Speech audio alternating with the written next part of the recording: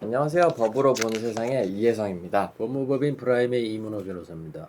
9일 문재인 대통령이 결국 조국을 법무부 장관에 임명을 했습니다. 부인이 사문서 위조죄로 기소까지 된 상황임에도 불구하고 조 장관을 임명한 것을 어떻게 봐야 될까요? 문재인 대통령이 조국을 법무부 장관으로 임명한 것에는 이제 두 가지 메시지가 담겨 있다고 생각이 됩니다. 하나는 검찰 수사가 잘못된 것이라는 메시지를 던진 것이라고 생각이 되고요. 이 검찰 수사를 부정하지 않는다면은 가족 전부가 검찰 수사를 받고 있는 사람을 법무부 장관에 임명할 수가 없겠죠. 또 대통령도 정치 검찰이라는 여권의 프레임에 동의하고 있다는 것을 이 임명을 통해서 알 수가 있습니다. 또 하나는 이제 통제를 벗어났다고 생각되는 검찰을 장악하는 임무를 조국에게 이제 맡기겠다는 거죠.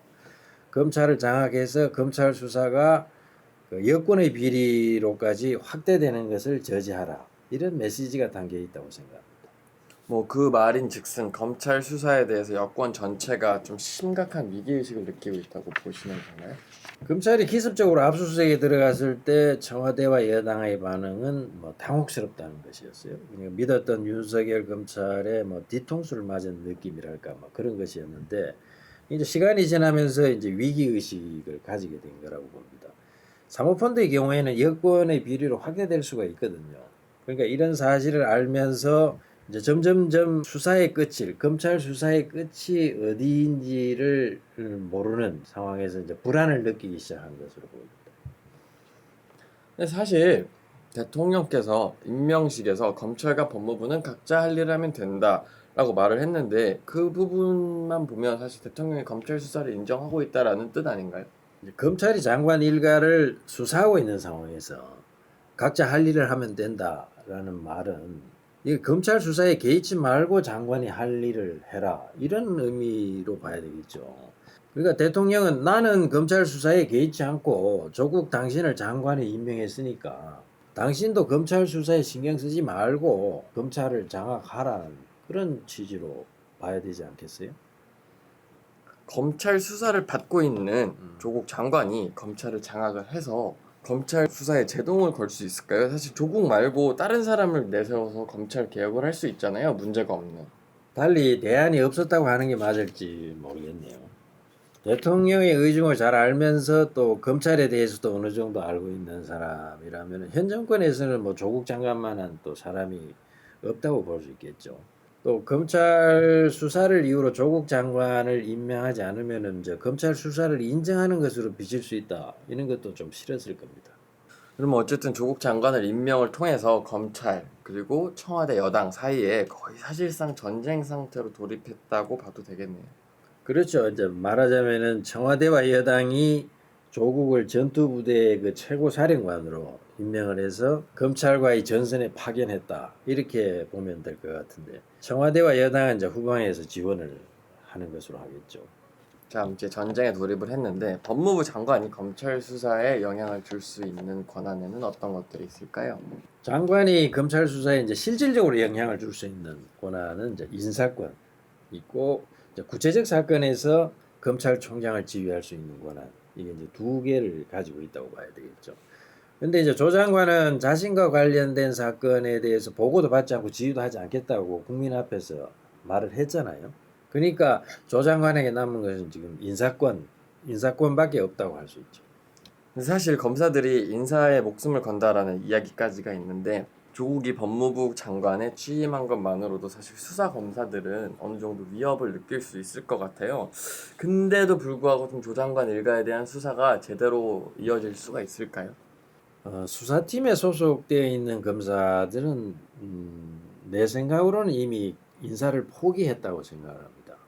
왜냐하면 현 정권에 칼을 들이댄 이상에는 다음 인사를 생각하고 있지는 않을 거라고 봐야 되겠죠. 검찰 인사권은 최종적으로 대통령에 있잖아요. 조국이 법무부 장관으로 오든 안 오든 그거는 사실 상관이 없다고 봐야 됩니다. 그 문재인 대통령이 최종적인 인사 권한을 가지고 있기 때문에 현재의 수사팀들의 다음 인사는 기대하기 어렵지 않나 생각합니다. 자, 그럼 인사권을 포기한 수사 검사들이 수사를 할 텐데 조 장관이 검찰 수사에 제동을 걸 수 있는 방법으로는 그럼 그 외에 어떤 것들이 있을까요? 지금 뭐 동원할 수 있는 방법이 인사권밖에 없다고 말씀을 드렸잖아요. 그래서 가능한 한 이제 빠른 시일 내에 그 인사권을 행사를 해서 수사팀을 해체하는 것. 이것이 이제 가장 유력한 방법이라고 생각을 합니다. 그렇다면 언제쯤 인사를 보통 하게 되나요? 취임 직후에 바로 인사를 단행해서 수사팀을 해체시킬 수 있는 가능성도 있을까요? 윤석열 총장이 임명되고 대대적인 검찰 인사를 한 지 얼마 되지 않았잖아요. 그래 또 그것도 이제 조 장관이 민정수석으로 있으면서 또 인사를 한 것인데 다시 이제 대대적인 검찰 인사를 하는 것은 아마 부담스러울 겁니다.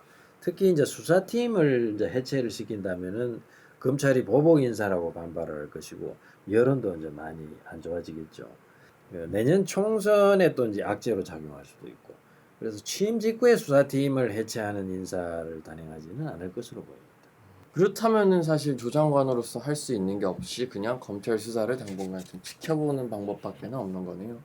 그냥 지켜보기만 하지는 않겠죠. 지금 이제 청와대, 정부, 여당 모두 이제 검찰 수사를 비난하고 있잖아요.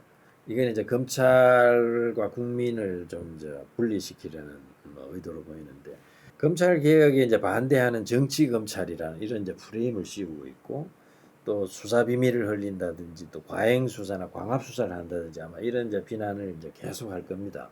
그래서 이제 검찰 수사에 대한 국민 여론이 나빠지는 순간을 기다려서 아마 수사팀을 해체하는 인사를 단행하지 않을까 그렇게 예상이 됩니다.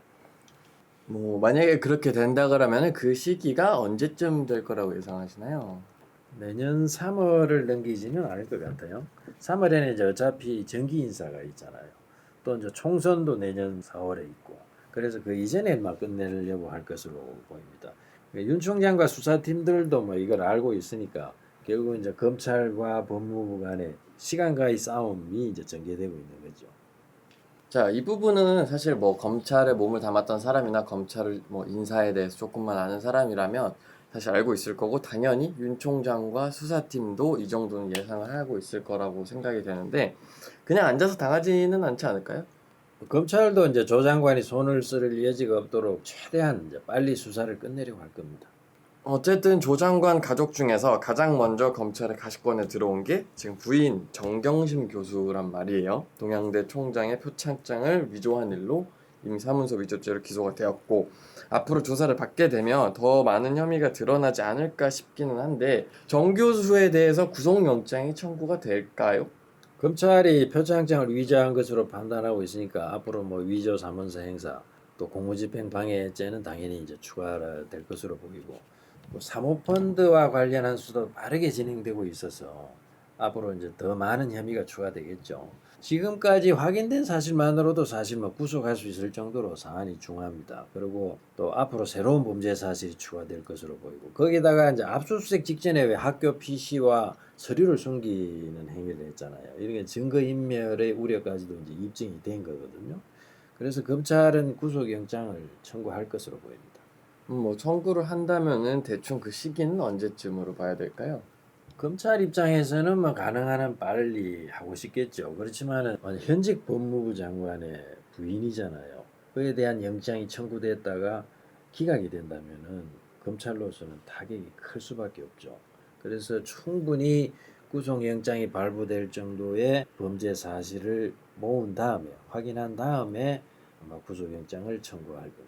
어쨌든 아직 청구가 되지는 않았지만 만약에 구속영장이 청구가 된다라고 하고 뭐 부인이 구속이 된다고 하면 조 장관은 사퇴를 할까요? 지금까지 조 장관이 보여준 행태를 보면은 뭐 또 무죄 추정의 원칙 운운하면서 사퇴하지 않을 것으로 예상이 되네요. 근데 사실 뭐 부인의 일이기 때문에 조 장관은 자신은 전혀 관여한 적 없고 나는 모르는 일이다라고 선을 그을 수도 있잖아요. 조 장관 본인이 기소가 될 가능성은 전혀 없을까요? 조 장관 본인도 안심할 수 있는 상황은 아닌 것 같아요. 딸과 이제 장영표 교수의 아들이 서울대 공익인권법센터에서 인턴을 한 것으로 되어 있는데 그 두 사람의 인턴 증명서는 허위로 발급되었을 가능성이 큰 것으로 보이고요. 또 아들의 인턴 증명서에 대해서도 이제 의혹이 제기되고 있거든요. 그 조 장관이 직장에서 일어난 일이잖아요. 그러니까 만약에 이것이 허위로 발급된 인턴 증명서라면 조 장관 본인이 개입되었을 가능성이 크다고 봐야 되겠죠. 그렇다면은 이게 공문서 위조죄나 허위 공문서 작성죄가 될 수도 있으니까 물론 이제 뭐 공소시효는 따져봐야 되겠지만 근데 그래도 사실 본인이 나는 관여한 적이 없다, 알지 못했다라고도 사실 충분히 뭐 할 수 있는 거고 가능한 한 부분이잖아요. 자녀가 아버지 직장에 와서 인턴을 했다는 거 아니에요. 근데 어떻게 아버지가 모를 수가 있어요? 그 집안이 무슨 콩가루 집안인가요? 이거는 아주 몰랐다는 비상식적인 답변이에요. 그러면 이런 말도 안 되는 부인을 왜 할까? 이것을 생각해 보면은 이거는 오히려 인턴 증명서 허위로 발급된 것이라는 의심을 더 하게 되잖아요. 그럼 나중에 이게 허위로 밝혀졌을 때를 대비해서 저 사람이 지금 방어벽을 치고 있는 것이 아니냐 이렇게 의심을 할 수가 있죠. 어쨌든 서울대 공익인권법센터에 인턴을 한 부분에 대해서 조 장관이 상당히 위기의식을 느끼는 것으로 보이는데, 이러다가 이제 조 장관 본인이 기소를 되는 상황이 생긴다라고 했을 때 과연 사퇴할까요? 문 대통령께서는 임명장을 주면서 이제 강조한 것이 조 장관 본인에 대한 범죄 혐의는 없다는 것이었잖아요.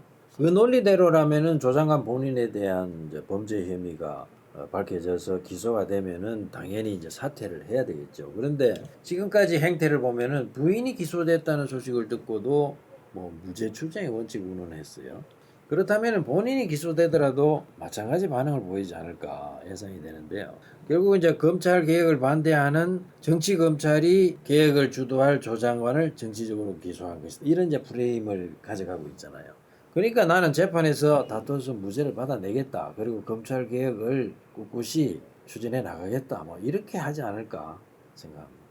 이게 이제 이쪽의 입장이고 박 장관의 입장이고, 검찰도 사실 칼을 뽑은 이상 그대로 물러설 수만은 없다라고 이야기를 하셨잖아요. 지금 검찰은 물러설 곳이 없다고 봐야 되겠죠. 여기서 무슨 끝까지 갈 것으로 보입니다. 그러니까 중간에 어중간하게 장관과 타협을 하거나 그런 일은 없을 것으로 생각합니다. 이제 검찰도 내부적으로 의견들이 많을 텐데 검찰 내부의 분위기는 좀 어떨까요? 윤 총장의 수사를 좀 지지하는 사람들이 많이 있을까요? 아직 보니까 검찰 내부의 분위기는 윤 총장에게 그렇게 우호적이지는 않은 것 같아요. 그동안 이제 윤석열 사단 많이 들어봤잖아요. 그 윤석열 사단을 중심으로 적폐 수사도 하고 또 이번 인사에서는 완전히 이제 주요한 요직을 다 꿰차고 있잖아요.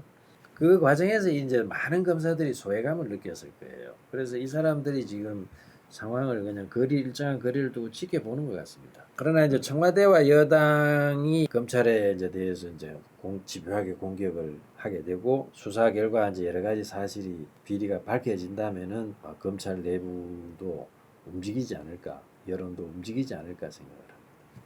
알면 알수록 좀 재밌기도 하고 사실 좀 심각하게 느껴지는데, 마지막으로 한 가지만 더 여쭤보고 싶은데요. 윤석열 검찰과 문재인 정권의 충돌이 격렬해지면 검찰이 혹시나 조국 법무부 장관을 떠나서 문재인 정권의 다른 비리까지 수사를 할 가능성이 있다고 보시나요? 이제 정권 차원의 검찰에 대한 공격이 이제 심해지면서 전면전으로 이제 비화될 가능성, 이거 전혀 배제할 수는 없겠죠. 검찰은 항상 현 정권의 비리에 관한 정보를 축적해 놓고 있습니다. 정권이 바뀔 때마다 전 정권에 대한 그런 수사가 신속하고 이제 광범위하게 이루어지고 있는 걸 늘 봐왔잖아요. 그거는 현 정권에 대한 비리에 관한 정보를 계속 축적해 놓고 있었기 때문에 그게 가능한 거거든요.